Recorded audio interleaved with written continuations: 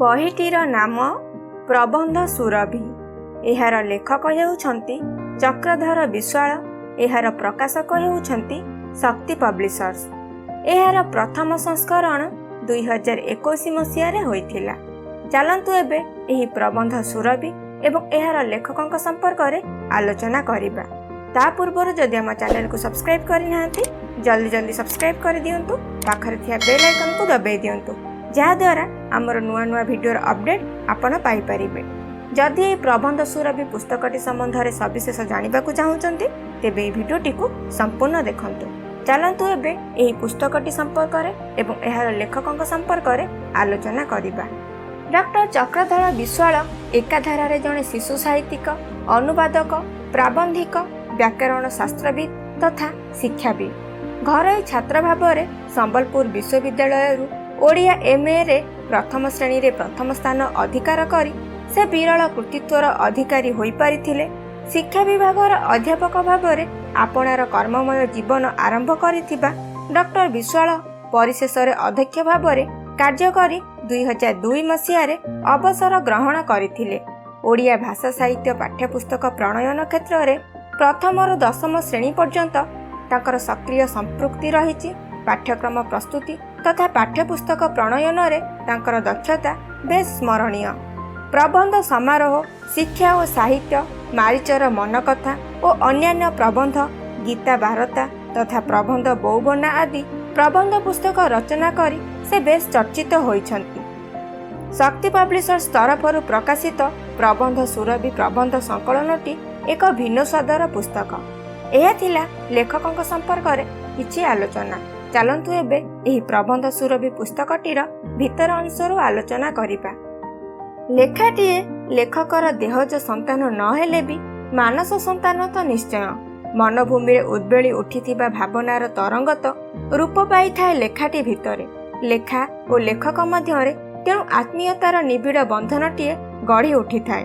ପ୍ରତ୍ୟେକ ଲେଖାକୁ ସେହି ଦୃଷ୍ଟିରୁ ଲେଖକର ମାନସ ସନ୍ତାନ ଭାବରେ ବିବେଚନା କରିବାର ଅସ୍ୱାଭାବିକତା ନଥାଏ ତେଣୁ କୃତ୍ରିମତାର ଛଳନା। ପ୍ରବନ୍ଧ ସୁରଭି ଶୀର୍ଷକ ବହନ କରି ଏହି ପ୍ରକାଶ ପାଇଥିବା ପୁସ୍ତକଟି ଲେଖକଙ୍କର ଏକ ମାନସ ସନ୍ତାନ। ବିଭିନ୍ନ ସମୟରେ ଭିନ୍ନ ଭିନ୍ନ ଘଟଣା ଓ ଭାବନାକୁ ଆଧାର କରି ତାର ମନ ମଧ୍ୟରେ ଉଦ୍ବେଳନ ସୃଷ୍ଟି କରିଥିବା କିଛି ଭାବନାର ତରଙ୍ଗ ରୂପାୟିତ ହୋଇଛି ଏହି ଲେଖାଗୁଡ଼ିକ ମଧ୍ୟରେ। ଏହା ଥିଲା ଏହି ପୁସ୍ତକଟିର ବିଷୟବସ୍ତୁ ଉପରେ କିଛି ଆଲୋଚନା। ଚାଲନ୍ତୁ ଏବେ ଏହାର ସୂଚୀପତ୍ରରେ କ'ଣ ଅଛି ଏବଂ ଏହାର ଭିତର ଅଂଶରେ କ'ଣ ଅଛି ଆଲୋଚନା କରିବା।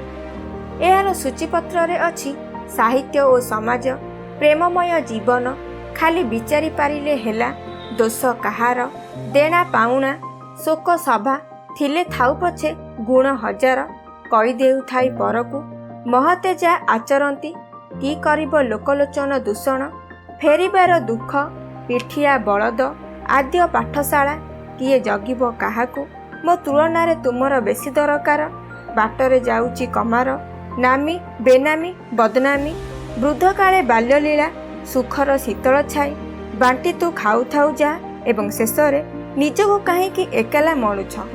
ଏଥିମଧ୍ୟରୁ ଚାଲନ୍ତୁ ପ୍ରଥମେ ସାହିତ୍ୟ ଓ ସମାଜ ବିଷୟରେ ଆଲୋଚନା କରିବା। ସାହିତ୍ୟ ଓ ସମାଜ। ସାହିତ୍ୟ ଆଉ ସମାଜ ଏ ଦୁହେଁ ଗୋଟିଏ ମୁଦ୍ରାର ଦୁଇଟି ପାର୍ଶ୍ୱ। ମୁଦ୍ରାର ଦୁଇଟି ପାର୍ଶ୍ୱ ଯେପରି ପରସ୍ପର ଠାରୁ ଅଭିନ୍ନ, ସମାଜ ଓ ସାହିତ୍ୟ ମଧ୍ୟ ସେହିପରି ପରସ୍ପର ଠାରୁ ଅବିଚ୍ଛେଦ୍ୟ।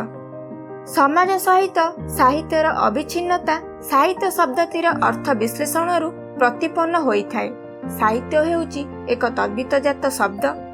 ସାହିତ୍ୟ ଶବ୍ଦରେ ୟ ପ୍ରତ୍ୟୟ ଯୁକ୍ତ ହେଲେ ସାହିତ୍ୟ ଶବ୍ଦଟି ନିଷ୍ପନ୍ନ ହୋଇଥାଏ। ତେଣୁ ସାହିତ୍ୟ ଶବ୍ଦଟି ମୁଖ୍ୟତଃ ସହିତର ଭାବକୁ ବୁଝାଇଥାଏ।